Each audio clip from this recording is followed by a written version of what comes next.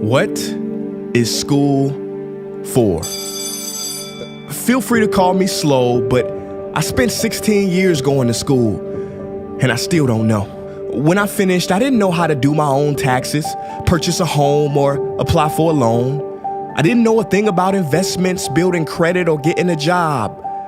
I graduated at the top of my class, and what did I have? This fancy diploma to sit at home with my mom.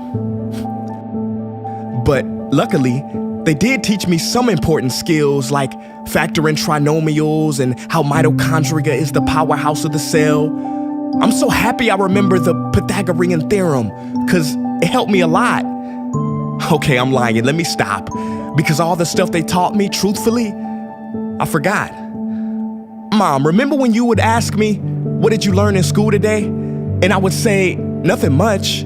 I wasn't being modest. The truth about it, Mom, is I had already forgotten.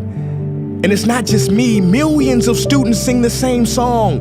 How many of you guys avoid eye contact with the teacher to try not to get caught upon? Afraid to raise your hand for fear of being wrong, which proves that school isn't an environment for learning or building up the intellect. It's just a game you play for grades and how many A's you can collect. But I guess what do you expect when the most commonly asked question in class is this gonna be on the test? Is this gonna be on the test? See, if school put learning instead of testing and memorizing as the top standard, then the letter F would not stand for failure. It would stand for find another answer. And if school was really interested in our personal and academic success, students would wake up later, have more freedom, and homework a lot less. And that's not my opinion. This conclusion has been scientifically tested and proven. And any teacher that doesn't believe me, feel free to check my works cited page to inspect. Oh, and I did it in MLA format because I know that's all you will accept. See, students would get more benefit from an extra hour of sleep than putting them through the torture of an extra essay, reading 150 pages, doing problems 1 through 60 on the worksheet, and having 3 projects due by the end of the week. Not only is it pointless pain, but it's also dim-witted, because we get so much work, but they don't teach the time management skills to deal with it. See, in school, we are controlled by bells.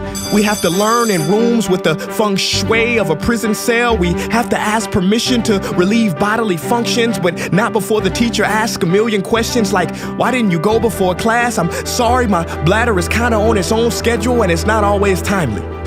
See, teachers always say, use your time wisely. But that never made sense to me. Because these 6 cruel hours of our lives we call school might literally be the worst use of time management ever in history. Think about it, the traditional teaching method is foolish. No, it's useless, multiplied by the square root of stupid. What they do is they cram information in your head, force feeding you, and then you throw it up on the test. That's not education, that's bulimia. And the more bulimic you are, the better you will do on their assessments. So it's no wonder why so many students graduate mentally and emotionally anorexic. See, school teaches you how to memorize dots. True education should teach you how to connect them. True education teaches you how to catch a fish. School teaches you, yeah, you caught the fish, but you didn't show your work, so it doesn't count. Throw it back. I'm just asking, what is school for? It's not education, that's just not true. If you still think that, you might be sniffing glue. See, the word education comes from the Latin root educe, meaning bring out, i.e. bring the gifts out of a person and make them viable. But school doesn't bring out much, it just stuffs more facts inside of you. Now some of that stuff is justifiable. We need reading, writing, and some arithmetic, that's fair.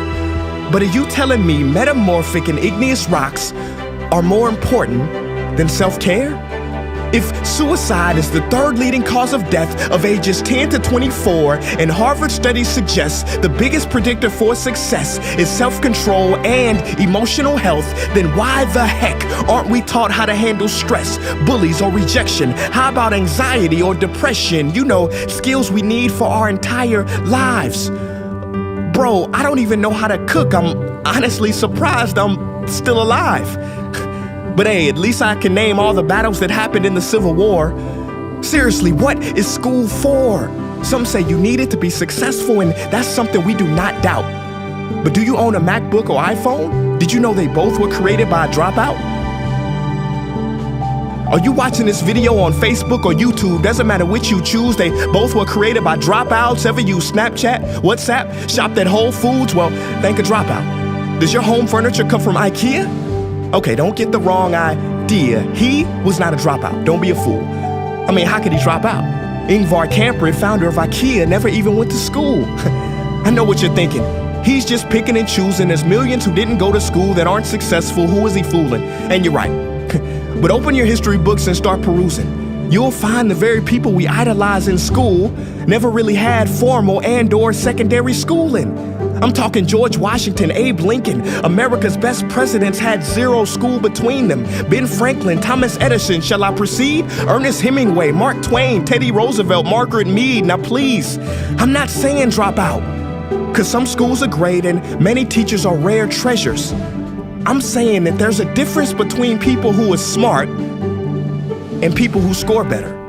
I'm saying that your future is something that no test will ever measure, even if that test begins in 3 letters like SAT, ACT. It's BS if they say those determine your LIFE. No, your destiny is in your hands. You must shape it to be great.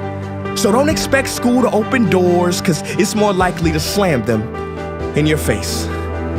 Sometimes I wonder about all the dreams lost in school and how much potential goes to waste. If it wasn't for music and YouTube, then I would have been just another lost case. Everybody watching this, please, close your eyes. Imagine a child sitting in the back of some teacher's class in some town. He never raises his hand, he fails most of his classes, but inside of him, there is a passion.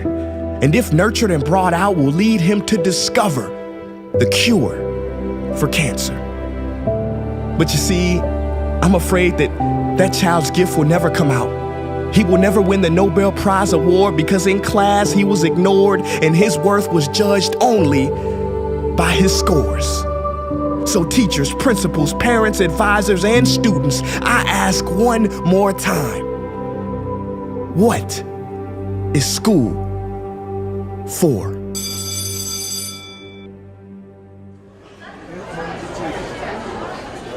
Hey guys, what's up? My name is Prince EA, and I want to thank you for watching that video. And now I just have one question left. What is school for? Don't you think it's time that we answer this question together? If you are a teacher, a parent, or a student, I urge you to check out the Innovation Playlist. What is the playlist? It is a program that any school can try for free. It's based on the best practices from educators around the world, and through its small steps, it can lead to big changes in your school. Go to innovationplaylist.org to learn more. Peace.